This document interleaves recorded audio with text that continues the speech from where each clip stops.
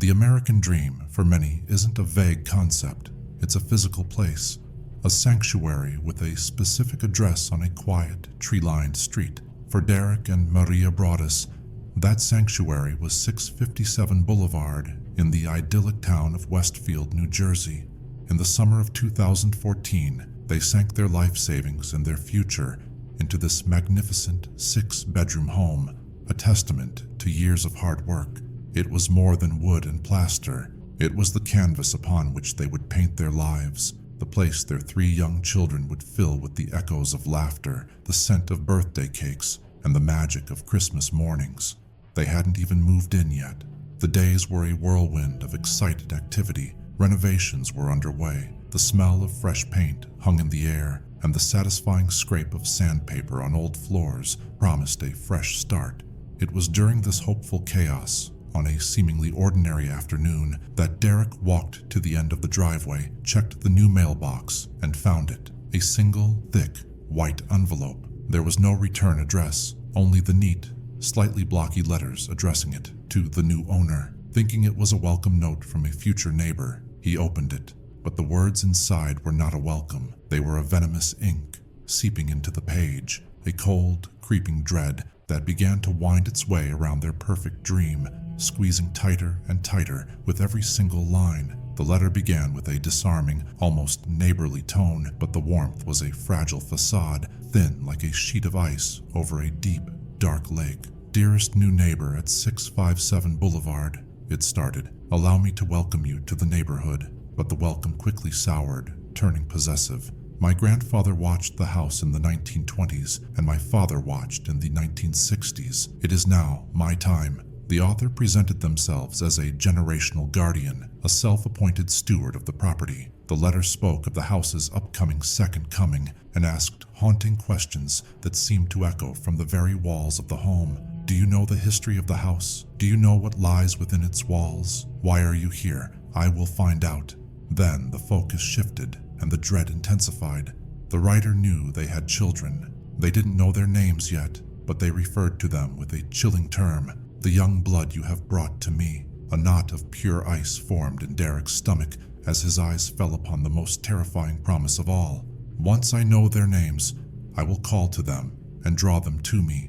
In that moment, the dream didn't just curdle, it shattered into a waking nightmare. Who was this person? A prankster? A lunatic? Or something far worse? They immediately contacted the Westfield police, who gave them chillingly simple advice. Tell no one, not a soul, because now every friendly wave from a neighbor, every curious glance from a passerby was a potential threat. Their investigation led them to the previous owners, the Woods family, who now admitted a haunting truth. They too had received a single, bizarre letter just before they moved. They'd thrown it away, dismissing it as a weird prank, but the Broadduses knew better, holding the heavy paper in their hands. This was no prank. This was a claim.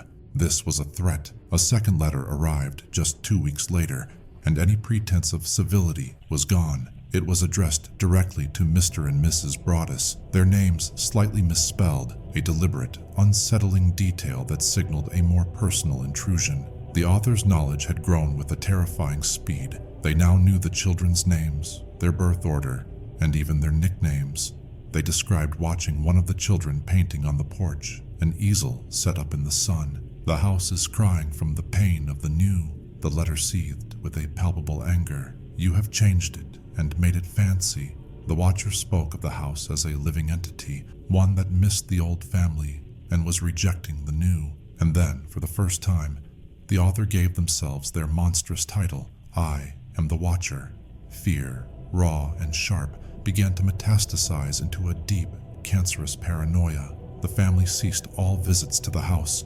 The children, confused and scared, were never brought there again. The renovations halted. Derek, refusing to be driven out completely, would stay there some nights.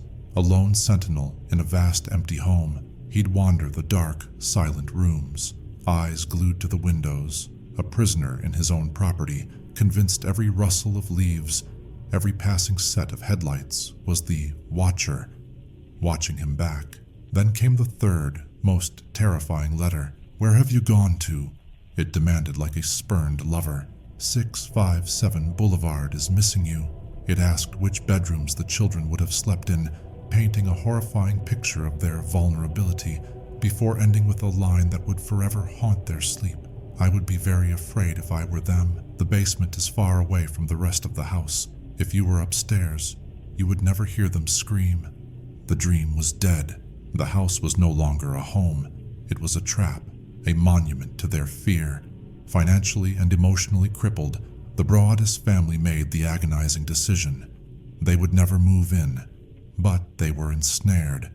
They were now paying a crippling mortgage and property taxes on a house they were too terrified to inhabit. The police investigation, despite their best efforts, went cold. They questioned neighbors, investigated leads, and even analyzed DNA from an envelope which pointed to an unknown woman, but it led nowhere.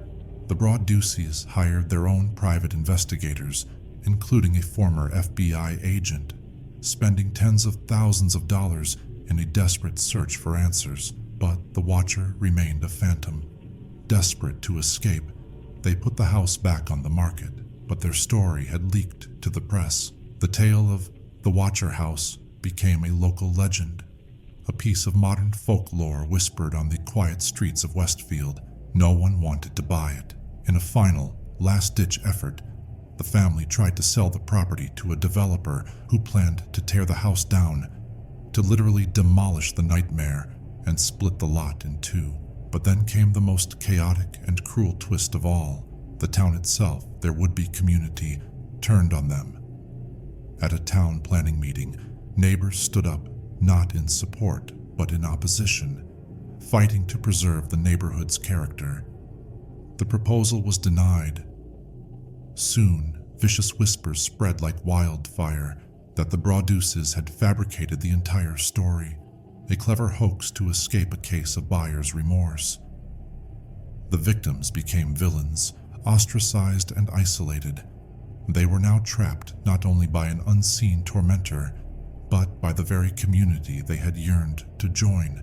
After 5 long, agonizing years of unrelenting psychological torment, public scorn, and financial ruin, the Broaddus family finally sold 657 Boulevard in the summer of 2019, taking a staggering financial loss just to be free. They fully disclosed the letters to the new owners, handing over the burden of the house's dark history. The new family moved in, bracing for the worst. And then, there was only silence. Nothing. No letters arrived. No threats were made. No signs of the Watcher ever appeared again. The terror, which had burned so intensely for 5 years, simply stopped. The identity of the tormentor who shattered a family's dream remains one of America's most chilling and baffling unsolved mysteries. Was it a jealous neighbor, resentful of the new wealth? Was it a mentally disturbed individual lost in a fantasy? A prank that spun horrifically out of control? Or was it something older, something tied to the very bones of the house itself? The police never solved the case. The Broaddus family never found true peace. They escaped the house, but they will forever carry the memory, the terrifying unanswered question of who was watching. And somewhere in the quiet, perfect suburbs of Westfield, someone holds the answer.